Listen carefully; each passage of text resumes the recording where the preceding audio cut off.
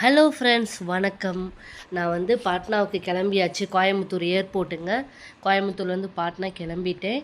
நான் கிளம்பும்போது பார்த்தா அதை ஜூம் பண்ணுறேன் பாருங்கள். என் கூட சேர்ந்து கோயம்புத்தூர்லேருந்து பட்னாவுக்கு காக்காயும் வந்து ஏர் இந்தியா ஃப்ளைட்டில் ஏறி உட்கார்ந்துருந்தது. அதை தான் ஜூம் பண்ணி காமிச்சிட்ருந்தேன். அப்புறம் வந்து டெல்லி இறங்கையில் வந்து ஃப்ளைட் வந்து ரொம்ப டிலேங்க. ரொம்ப வந்து சிக்னல் ப்ராப்ளம் ஆகி மழை பெஞ்சது டெல்லியில்.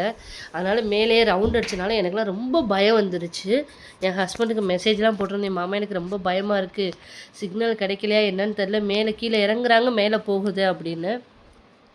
அப்புறம் ஏர் இண்டிகோவில் போகும்போது ஃபுட்டு நல்லா இல்லாமல் இருந்தனால நான் வந்து கோயம்புத்தூர்லேருந்து ஃபுட்டெல்லாம் வாங்கியிருந்தேன் எனக்காக சாப்பிட்றதுக்கு. பாருங்கள் எவ்வளோ அழகாக இருக்குது மேகம் பார்க்கவே.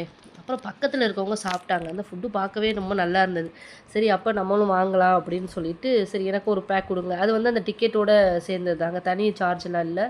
அப்புறம் அது பன்னா என்னன்னே தெரியல, ரொம்ப நல்லா இருந்தது.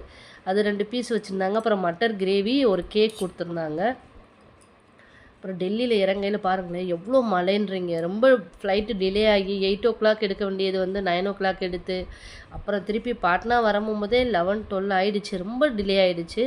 அப்புறம் டெல்லி டு பட்னாவுக்கு வரும்போது ஃப்ளைட்டில் ஃபுட்டு வந்து சிக்கன் கறி, சோறு, ஆலு சப்ஜி, அப்புறம் இந்த நார்த் சைடில் ஒரு சில்லி ஒன்று இப்படி பச்சை சில்லி வச்சுருவாங்க, கேக்கு, அப்புறம் ஒரு பன்னு கொடுத்துருந்தாங்க, அமுல் பட்டர், அப்புறம் தஹி. ரொம்ப நல்லா இருந்துச்சுங்க.